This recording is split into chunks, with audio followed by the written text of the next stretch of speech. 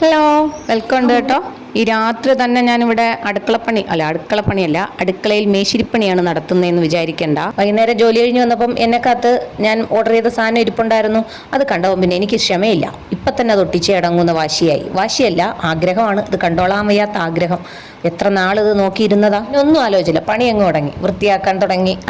ആദ്യം വൃത്തി കേടാക്കാൻ തുടങ്ങി, പിന്നെ അതിനുശേഷം വൃത്തിയാക്കാൻ തുടങ്ങി. വൃത്തി കേടാക്കുക എന്ന് ഉദ്ദേശിച്ചത് ആദ്യം ഇതെല്ലാം ചുരണ്ടി കുറച്ച് കളയണമല്ലോ. ഇങ്ങനെ എണീറ്റ് പോകാൻ തയ്യാറായിട്ട് കുറേ പെയിൻ്റൊക്കെ ഇരിപ്പുണ്ടായിരുന്നു. അതിനെല്ലാം നുള്ളികളൊക്കെ കളയണമായിരുന്നു.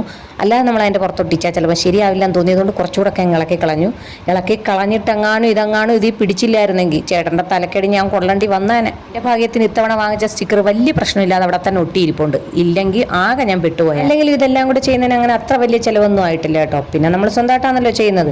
പെയിൻ്റൊക്കെ മേടിച്ച് ഇനി പെയിൻറ്റുകാരെയൊക്കെ വിളിച്ചടിക്കുക എന്നൊക്കെ പറയുമ്പം കുറച്ചധികം ചിലവുള്ളതാണ്. അത് വെച്ച് നോക്കുമ്പോൾ ഇത് ഒട്ടും ചിലവില്ലാത്ത സംഭവമാണ്. അത് മാത്രമല്ല കേട്ടോ, ഈ ബ്രിക്ക് ടെക്സ്ചർ എനിക്ക് ഒട്ടിക്കണമെന്നല്ല, അങ്ങനെ കാണാൻ എനിക്ക് ഭയങ്കര ഇഷ്ടമാണ്.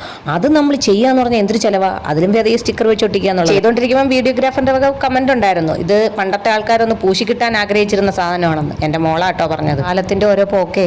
ഒരു പാക്കറ്റിൽ 2 എണ്ണം ഉള്ളത്. ഒരു പ്രാവശ്യം ഓർഡർ ചെയ്തപ്പം തികഞ്ഞില്ല, രണ്ടാമത് ഒന്നുകൂടെ ഓർഡർ ചെയ്തു. ഓർഡർ ചെയ്യുമ്പോഴേ എനിക്കറിയായിരുന്നു ഇത് തികയത്തില്ലെന്ന്. പക്ഷെ വന്ന് സാധനം കണ്ടിട്ട് നമുക്ക് അടുത്തത് ഓർഡർ ചെയ്യാമെന്ന് കരുതിയതുകൊണ്ട് ഞാൻ 2 എണ്ണേ അന്നേരം ഓർഡർ ചെയ്തിട്ടുള്ളായിരുന്നു. പക്ഷേ കുറച്ചുകൂടെ ഫില്ല് ചെയ്യാനുണ്ട്. അത് തൽക്കാലം ഞാൻ ഓർഡർ ചെയ്യാതെ മാറ്റി വെച്ചേക്കുക. ഇതിൻ്റെ ഒരു പ്രശ്നം എന്താണെന്ന് വെച്ചാൽ ഇതുപോലെ ഇളക്കിയെടുക്കാൻ കുറച്ച് പാടുണ്ട്. കാര്യം വളരെ തിന്നായിട്ടുള്ള നൈസായിട്ടുള്ള ഒരു പേപ്പർ ഷീറ്റാണ്. പക്ഷെ ഞാൻ വിചാരിച്ചത്ര പ്രശ്നമില്ല. കണ്ടപ്പം ഞാൻ വളരെ ഡെസ്പായെങ്കിലും ഒട്ടിച്ച് ഇപ്പം കുറേ ദിവസമായി. എന്നിട്ടും അത് വലിയ പ്രശ്നമില്ലാതെ തിരിച്ചിളവി വരികയോ അങ്ങനെ പ്രശ്നമൊന്നും ഉണ്ടായില്ല.